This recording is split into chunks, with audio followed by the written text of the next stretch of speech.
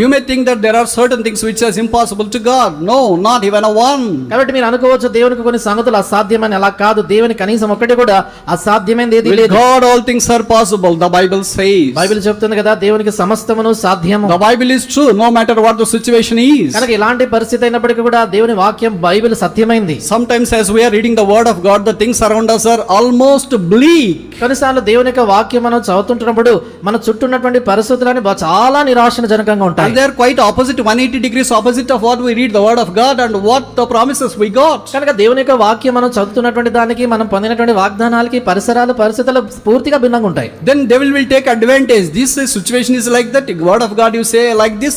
You cannot be like that. You have to align yourself to the situation. అప్పుడు సాధారణుడు దాన్ని అదునుగా తీసుకొని శోధిస్తూ చెప్తాడు కదా, నువ్వు చదువుతున్నటువంటి వాక్యం ఈ రీతిగా ఉంది, పరిస్థితులు ఇలా ఉన్నాయి కాబట్టి నువ్వు అలా చేయలేవు, పరిస్థితుల అనుసారంగా వెళ్ళు అంటాడు. Believers are two types at least. కనీసం చూడండి, విశ్వాసులు కనీసం రెండు రకాలు. Number one, situation centered believers. మొదటి గుంపు ఏంటంటే పరిస్థితులను అనుసరించి నడుచుకునే So విశ్వాసం. whatever the situation is, they want to be drifted away by the situation. పరిస్థితి ఎలా ఉంటుందో దాని ప్రకారంగా కొట్టుకుని వెళ్ళిపోయేటువంటి వారు. Although that's against the word of God, but they want to be drifted in the situation. అది దేవునికి వాక్యానికి వ్యతిరేకంగా ఉన్నప్పుడు కూడా ఆ పరిస్థితులతో కొట్టుకుపోతారు. Situation centered believers. పరిస్థితి కేంద్రితమైనటువంటి విశ్వాసులు. And secondly, scripture centered believers. రెండోది లేఖనను కేంద్రితం చేసుకున్నటువంటి And a విశ్వాసులు. person who centers the scripture in his life never be drifted away by this situation, no matter how tough and hard the situation is. తన జీవితంలో లేఖనాలని కేంద్రం చేసుకున్నటువంటి వ్యక్తి పరిస్థితులు గాని ఎంత కఠినమైనప్పటికీ కూడా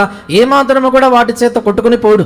I can easily say that the psalmist called David has gone through some of the toughest situations the saint can ever face. కాబట్టి ఒక పరిశుద్ధుడు ఎదుర్కోగలిగేటువంటి అతి కష్టమైనటువంటి పరిస్థితులు కీర్తనాకారుడైనటువంటి దావీదు ఎదుర్కొన్నాడు నేను చెప్పగలను.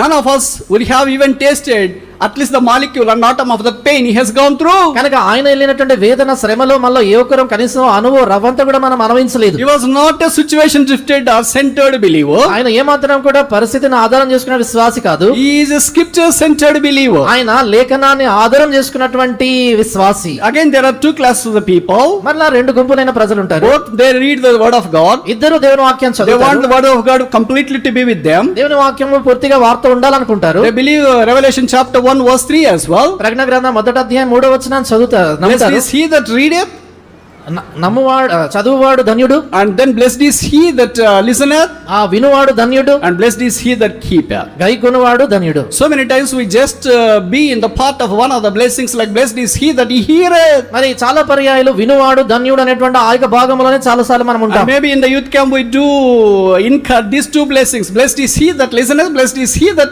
readeth. కనుక బహుశా యూత్ క్యాంప్ లాంటి ఇక దినాల్లో దేవుని వాక్యం చదువువాడు ధన్యుడు, వినువాడు ధన్యుడు అనేటువంటి రెండింటిని మనం చేస్తామేమో. But whatever the blessed is he that keepeth the word of God. అయితే దేవుని వాక్యము గైకొనువాడు ధన్యుడు అనేటువంటి విషయం ఏంటి? The camps like this are just theoretical classes. కాబట్టి ఇలాంటి క్యాంపులన్నీ కూడా కేవలం సిద్ధాంతపరంగా నేర్పించేటువంటి బోధనలే. And after this camp we will have practicals. తర్వాత చూడండి, క్యాంపు తర్వాత మనకి ప్రాక్టికల్స్ ఉంటాయి. We have to go out and live like a true Christian what we have heard and read. ఏదైతే మనం చదివామో, ఏదైతే విన్నామో బయటకు వెళ్ళి మన నిజమైనటువంటి క్రైస్తవులుగా జీవించాలా. Christianity is a not theory-centered life.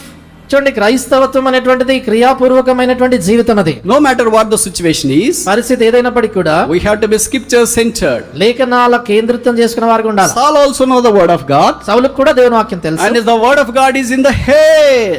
ఆయన వాక్యము ఆయన తలలో మాత్రమే ఉంది. And he is taller than all of other people. మిగతా వాళ్ళందరికంటే ఆయన చాలా ఎత్తువరి. But David also knows the word of God. దావీదు కూడా దేవుని వాక్యం తెలుసు. And David says, I have hid thy word in my heart. దావీదు అంటాడు కదా, నీ వాక్యము నా హృదయములో దాచుకొని ఉన్నాను. It's good to have the word in the head. దేవుని యొక్క వాక్యము మనము మన యొక్క తలలో మన కలిగి ఉండడం మనకి మంచిది. But it is best to have the word of God in the heart. అయితే హృదయంలో దాచుకోవడం శ్రేష్టం.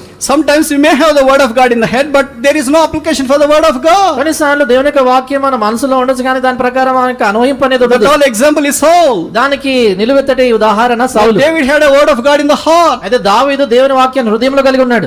Since the word of God is dwelling richly in his heart, he refrained from doing sin. చూడండి, దేవుని వాక్యం ఐశ్వర్యవంతంగా ఆయన హృదయంలో నివసించిన కారణం చేత పాపము నుంచి ఆయన దూరంగా ఉండినాడు. And he is able to apply the word of God on daily basis, no matter he has failed a few times. ఆయన జీవితంలో కొన్నిసార్లు బహుశా తప్పిపోయినప్పుడు కూడా అనుదినము దేవుని వాక్యాన్ని తన జీవితంలో అన్వయించుకుంటూ వచ్చాడు. Now the question is, ఇప్పుడు ప్రశ్న ఏంటంటే which group we belong to? Saul group or David's group? మన ఏ గుంపుకు చెందిన వారు? సౌలు గుంప, దావీదు గుంప? Is the word of God in the head or word of God in the heart? దేవుని వాక్యం మెదడులో ఉందా, హృదయంలో ఉందా?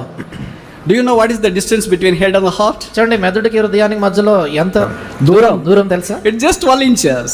కేవలము 12 అంగుళాలు. So this makes a huge difference. So this huge structure. కాబట్టి ఈ ఇంత పెద్ద దేహానికి ఈ మధ్యలో ఉండే దూరము చాలా గొప్ప So ప్రభావం many times కలిగిస్తుంది. we don't like to transmit this word of God to this heart. చూడండి, చాలా సార్లు ఇక్కడ దాచుకున్న దేవుని వాక్యం ఇక్కడికి పంపించడానికి ఇష్టపడం.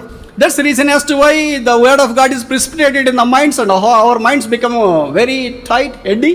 అందుచేత చాలా సార్లు దేవుని యొక్క వాక్యం అంతా కూడా మన బుర్రలో నింపుకుంటాం. బుర్ర చాలా పెద్దది అయిపోతుంది, బరువు కూడా అయిపోతుంది.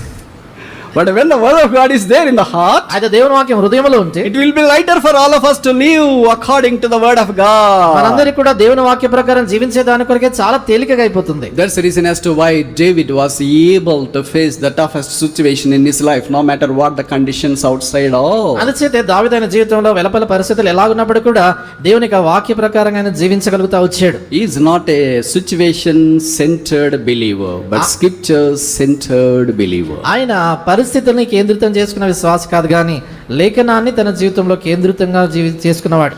ఈ లోకములో మీకు శ్రమ కలుగును, అయినను ధైర్యము తెచ్చుకొనుడి.